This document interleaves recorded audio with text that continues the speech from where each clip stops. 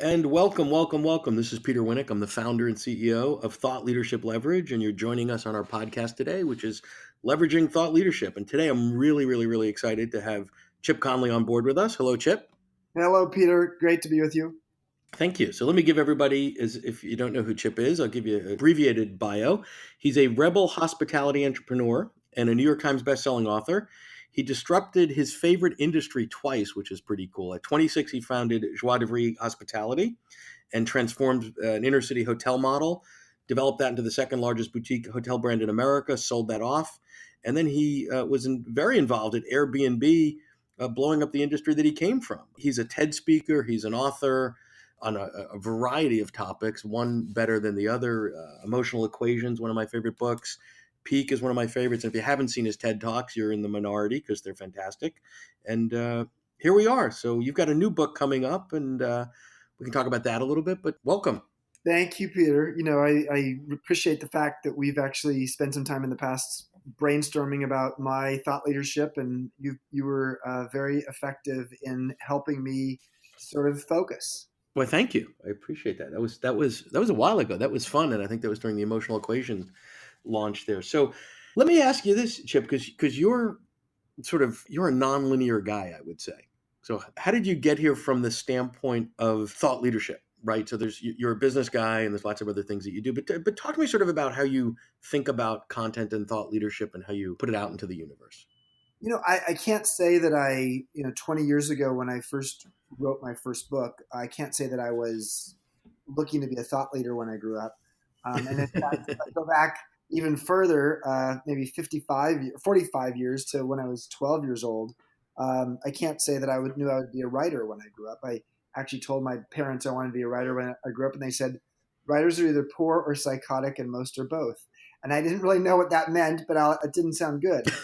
But what became clear to me after starting my boutique hotel company, Joie de Vivre, at age 26, is that I appreciated every few years taking stock of what I'd learned and then looking at how can I encapsulate that? How can I metabolize that in a way that would be helpful for me, but also for my company?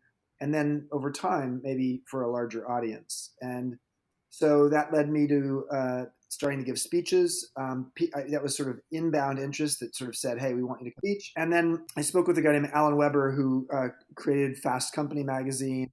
Well, he was the managing editor of Harvard Business Review. And he really said to me, if you're going to write books, go give speeches. His advice was, when the process of, if you have a seed of an idea, go out and talk about it, and then see what gets juicy for you and see what's juicy for the audience, and follow that and focus on that, and then start writing articles about it, such that by the time you actually write your book, you've really become the thought leader in this space. And so that's what I've tried to do, is I've tried to seed an idea out there, develop it, and then by the time I actually launch the book, feel like, okay, I've become an expert in it, even though 2 or 3 years earlier, I might not have known a whole lot. So let me play that back because it's a very effective and smart approach. Because oftentimes people do the exact opposite, meaning they create an isolation. I have this idea for a book. I'm going to drill down and sort of the stereotype of the isolated author with a tweed jacket and a cigar or something like that, just whittling away and going and going and going. And then they put it out into the world. And then it's sort of binary, right? Like it's either a flop or a hit, right? And more often it's a flop because there's no feedback. But when you're testing the ideas, right, you get up and do a keynote and you say, "Let me try this new thought I've been noodling with." You sort of know in real time, like if that's a thing or if they've glazed over, and you do that a few times. By the time the book comes out, I'm not saying it's guaranteed to be a hit, but it's been market tested, if you will, from a conceptual standpoint. Would you agree with that? Like, it's sort of like what happens in Silicon Valley now with this agile development. People go out and try things, iterate, such that by the time you actually go launch in a bigger way, you know that you've got a great product. And I guess this is my fifth book, but my third book, Peak, was it just like hit the market at a time where the market really needed to hear it, I guess. And it was not a New York Times bestseller, it was a San Francisco Chronicle bestseller, but I would say it had a deeper, more evangelical set of customers who loved. And then Emotional Equations was a New York Times bestseller, and that had a lot to do with just really getting me out there on the lecture circuit, giving talks, such that by the time it came to the market January of 2012, there's a huge demand for me to be speaking about that. And Modern Elder Academy is, luckily, I've spent the last 5.5 years side by side with Brian Chesky, the co-founder and CEO of Airbnb. He's 21 years my junior. He asked me in early 2013, after I'd sold my boutique hotel company, if I could come in and help his little tech startup become a hospitality giant. And the reality is he wanted me to be his mentor, but I also was going to be reporting to him as the head of global hospitality and strategy. And so I was able to start formulating this idea of like, wow, this is not a traditional elder role. The traditional elder had all the knowledge and then dispensed it. And the modern elder is as much an intern as they are a mentor. Because I never worked in a tech company at age 52. And now all of a sudden I'm surrounded by people talking a language I didn't understand. So that's really where the idea got formulated. I started talking about it within Airbnb about what does it mean to be a modern elder, because I was 2 generations older than the average employee. And it just allowed me to start to develop the idea such that now, 3.5 years later, after I first coined the term modern elder, the book is coming out. One of the other themes that you mentioned, and I think it's really, really cool, is that you don't just pull things out of the air, right? You're a thoughtful person. I'd say you're a lifelong learner. You're curious by nature. And when you put content out, be that in speaking and then ultimately in a book, it's a result of you living through it. It's not fiction, right? So this modern elder thing isn't manufactured. You coined this because it was real and based on your experience. So define for me what is a modern elder? So you said it's sort of the mentor and the mentee at the same and the intern, but what is that and why do you think right now, because you're really good on timing, why is now sort of the time that the world needs to hear this message? Well, I think Travis at Uber wish he had had a modern elder by himself. He might still have a job. But the thing for me, just to answer your first part of the question, is I'm a weird guy. I am both a practitioner, literally running companies in the workplace, doing 40, 50, 70-hour jobs, and then choosing to write at the same time. I don't use ghostwriters. I do all the writing myself. And so that's an unusual thing. And I like it. It's my way of, again, trying to distill my wisdom. What became clear to me at Airbnb, and then as I looked at the sort of Silicon Valley world, and realized that 7 of the 10 most valuable companies in the world today are tech companies. So pretty much the whole business world now wants to be a tech company. Sure. Well, what we see there is a huge, huge preference, or you could almost say bias, for youth. And because we are more and more seeking digital intelligence, what I call DQ. So EQ has become more important than IQ or EQ, EQ being emotional intelligence. Yep. Therefore, there's a tendency for many, many companies, not just tech companies, but all companies, to start looking at like, how are we going to get some more digital natives in here to help us, become a modern company? That's all great. I mean, there's a great piece to it. Like never before in the history of business have we ever seen power cascading to young people like we do today. Right. But the thing I started to notice is like, wow, we expect these young digital leaders to miraculously embody the relationship wisdoms or leadership wisdoms we who have been around a little bit longer have had decades to learn. And so I really started seeing that a lot of these companies they know technology well and they have a beautiful idea of the future of the business plan, but they're really off when it comes to understanding like organizational savvy. How do you create, a culture? How do you create, Airbnb had a great culture before I joined, but the guys, they didn't know how to run a business. They'd never run a business before. So there are a lot of things that I could be helpful with. So a modern elder is as much that curious learner, the person who sort of says, I'm going to put myself in a new environment and learn something new because change is happening faster than ever before. And if you're not constantly learning and you're an elder, you become less relevant with time. The elder of the past was all about reverence. The elder of the present is about relevance. And so and then of course you have your wisdom you can dispense as well. But I think that the idea of a modern elder is that they are very much a beginner's mind, which is unusual. Well, I would think the other piece of that is, I think back in the old days, maybe 20, 25 years ago, you weren't able to be an elder for long due to lifespan, right? You can be an elder for you probably another 40 years in you, right? 35, 40 or whatever, That's a long time to be a modern elder. Yeah, no, this is and frankly, you could be, listen, in Silicon Valley, you can be an elder at age 35. Yeah, right. People who are 10 years or younger than you, on average, you probably are an elder. So here's the story on, on this. Midlife used to be 45 to 65, and we called it the midlife crisis back in 1965. But midlife today, I think, is 35 to 75 because people are feeling irrelevant faster, especially in technology, entertainment, advertising, retail, and you're going to actually maybe work till you're 75, either because of necessity or choice.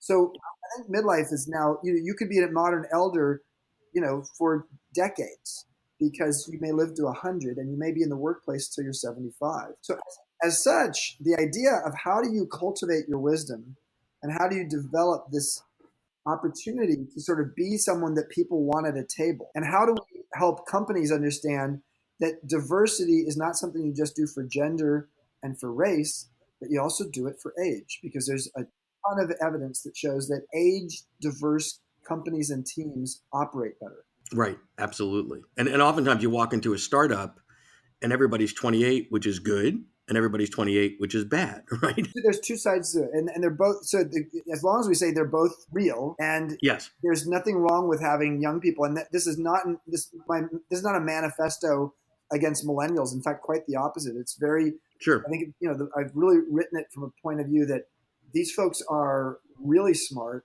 and they Yeah. are more passionate and more purpose driven than maybe any generation before them. Absolutely. Yet they want help. 75% of millennials, they'd like to have a mentor. So we sometimes think that millennials want to do it all by themselves. Yeah, at times they do. And if you come across like their parent, so a modern elder is not a parent. A modern elder is not adult supervision. A modern elder is not anything that's going to be pejorative to young people in the workplace who are smart. They are there to actually help advise, mentor, coach, and in some ways elder them. Elder them basically means you can use your years to say, gosh, I remember what it was like, Brian, when I was a young CEO like you, and here's how I was able to become a more effective CEO over time as I got older. So anybody could do this, and it doesn't have to be it doesn't have to be someone like me who used to be a CEO. You can do this as a social worker or as an investment. Sure. So let me ask you a couple things more on the business side of the thought leadership and the content. So you've launched several books. You've been speaking professionally for a long, long time. You've got a book that you're in the process of launching now. What are you doing differently with the launch of Modern Elder, and what are you doing that you did in the past in hopes of it being a success? Podcasts. I mean, my God, how many? So podcasts are the new plastics, right? Exactly, The Graduate. I would just say that podcasts and bloggers are sort of central to the theme. Okay. Primarily because it is one of the ways that people digest content, but not just digest content, but take action. If you're in Time Magazine, in the actual Time Magazine, the paper edition, back in the old days, that would be like, oh my God, that's like Home run. yeah. Yeah. But people don't actually read their Time Magazine and then go straight to their mobile phone. And if you're on Time Magazine online, yes, actually, there's more of a link to an actionable step a person takes. And the truth is, if you're in the print version, you'll be online as well. But Sure. I guess the point is, being on the Today Show in the morning isn't what it used to be. And so, Nope. we are doing some of the traditional stuff on that from that perspective. But instead, it's a combination of podcasting and bloggers. And then it's building a movement, building a collectible. I took 153 people through a week-long and 2-week-long programs at our Modern Elder Academy in Baja as part of our beta test, and they all committed to buying 10 books each, so they could actually give them to their friends. And so that's a simple way. Sold 1,500 books that way, and that's a simple way to. Frankly, it's the better part of it is not the 1,500 books that are sold. It's more like there are 153 people who are absolute advocates and evangelists for this. Well, and let me touch on that, because one of the things that I think that there's a disconnect between sort of traditional PR and the way it really works in the book world, right? So there's sort of the book industrial complex, and what you created with those 153 folks, 10 books each, 1,500 books is great. They're raving evangelists, right? These are people out there talking every day because they touched it, they feel it, they're part of it, and all you're doing is empowering them and giving them some tools to help spread the message. And now you basically have 153 people with soapboxes all around the globe singing your praises because they mean it, not because they're paid to, right? So people smell authenticity to Yeah, me. no, so it's and obviously we have a Facebook group that's a private group for that group. We have newsletters, but like this afternoon we have a digital town hall.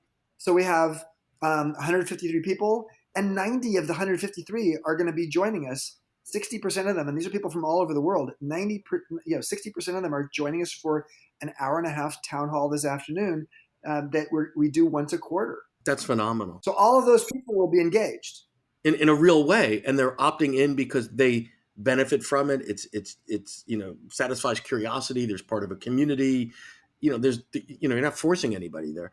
Let me ask you this: you're a marketer, so you've got an advantage in this space because a lot of thought leaders and content folks that come in think, my job is to create great content, write the book, and all that other stuff. I find it really upsetting when I talk to someone that's wicked smart, really passionate, and their heart and soul's in a book, and I talk to them 6 months later, and it's like, oh, I just spent $1 zillion with a PR firm and did an AM radio tour, and I'm like, okay, do you know anyone that listens to AM radio? Number one, and number two, if they did, do you think they're actually going to respond and buy the book? Like, why did you do that? And they said, well, somebody recommended this, great PR firm, and that's what they told me to do. How would you advise folks that are maybe not marketing savvy to be not skeptical but logical when it comes to getting into sort of the marketing and the launching and in the whole thought leadership planet? I think the critical question to ask is this. It's who is your core audience? And what are the most influential ways for you to have them understand what you're writing about and take action around it? And it, so I don't think there's a specific roadmap that's perfect for all books. In some cases, getting you out speaking about the book is a really important way to have people hear it. But in other cases, like the book, there's no speaking platform for psychiatrists. Yes, there are a few psychiatrist conventions, but not very many. Conferences, yeah. The conferences are limited, and there aren't that many companies that are going to bring in or industry associations that are going to bring in a psychiatrist to give a talk. So maybe in the psychiatry world, if you think your core audience is other psychiatrists, it's one thing, and therefore it's more academic journals and other kinds of things. Sure. If it's a lay audience, a broader audience, it's a self-help book, then who is that audience? What's the demographic about them? Meaning, Yep. age, sex, gender, color of skin, etc. What is that? And then what's the psychographic? What's the personality type? And how do they get influenced? And if it's social media, then there's a social media campaign that might be behind it.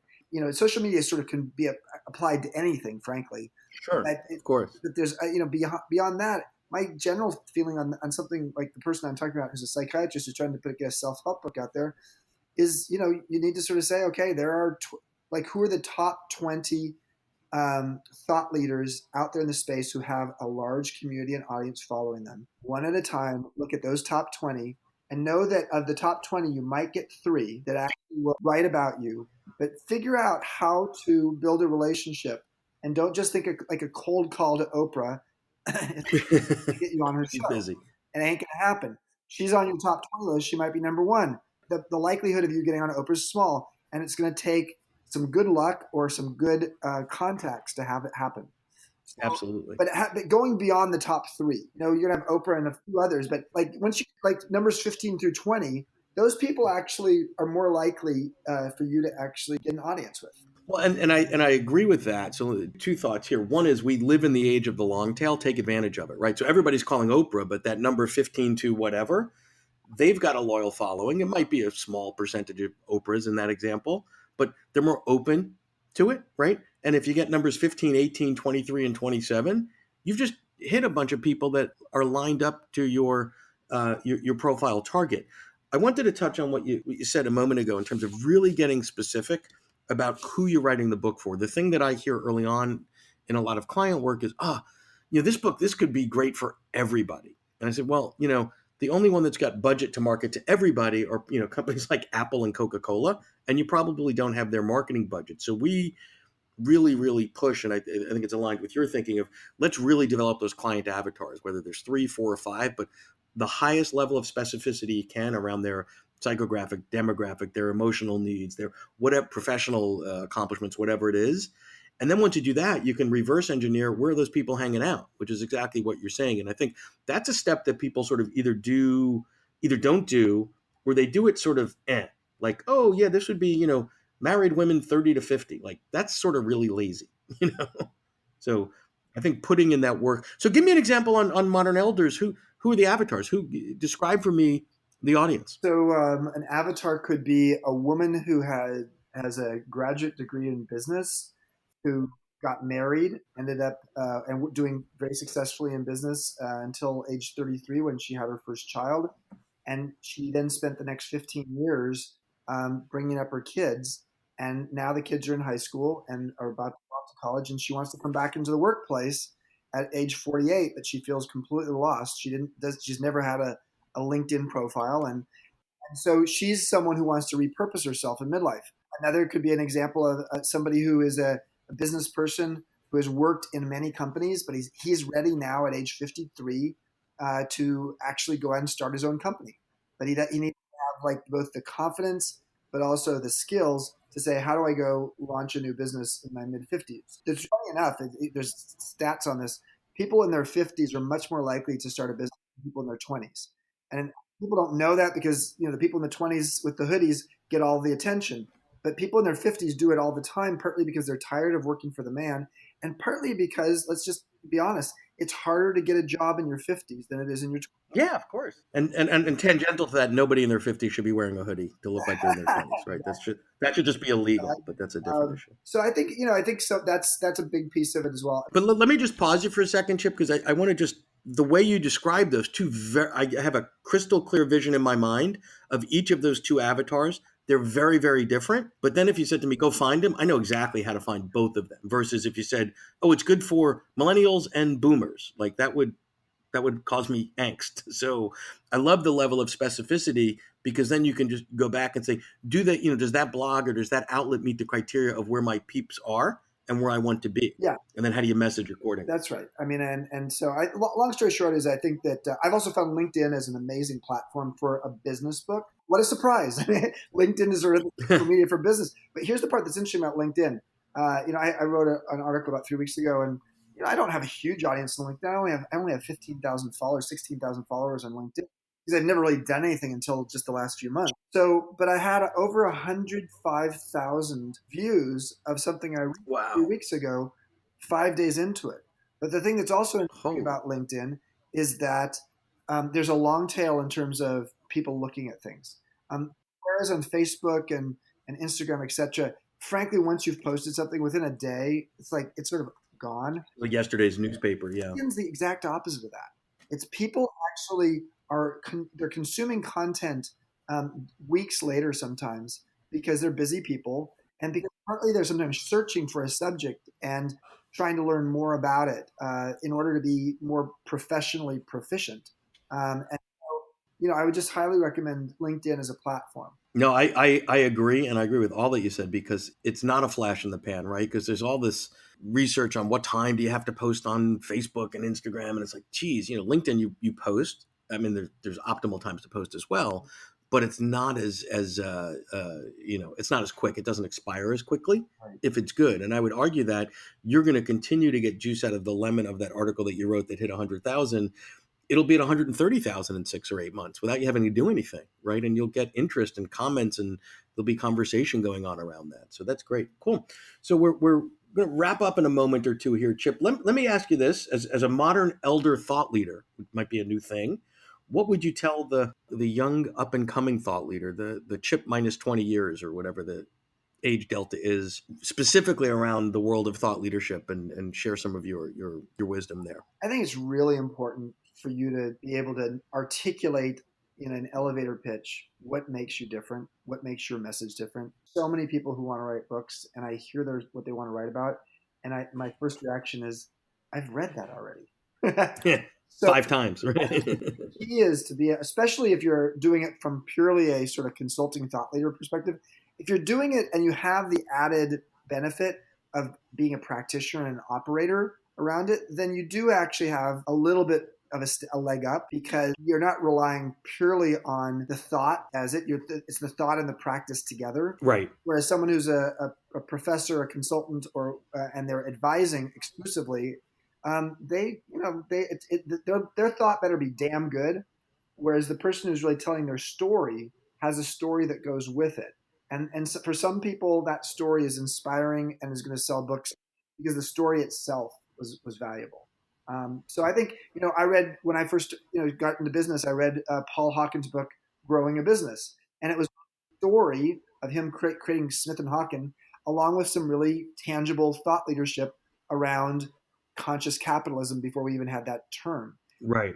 So I would just say, just know that again, if you don't have the practitioner side of this, you better actually really polish the diamond and have something that's different.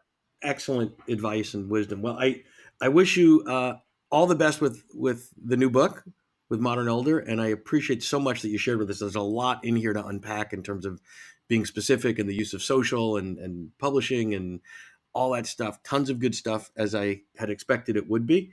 And I appreciate your time and I appreciate your insight today, Chip. Thank you for sharing with us. Thank you, Peter. It's great to be with you. To learn more about Thought Leadership Leverage, please visit our website at thoughtleadershipleverage.com. To reach me directly, feel free to email me at peter@thoughtleadershipleverage.com. And please subscribe to Leveraging Thought Leadership on iTunes or your favorite podcast app to get your weekly episode automatically.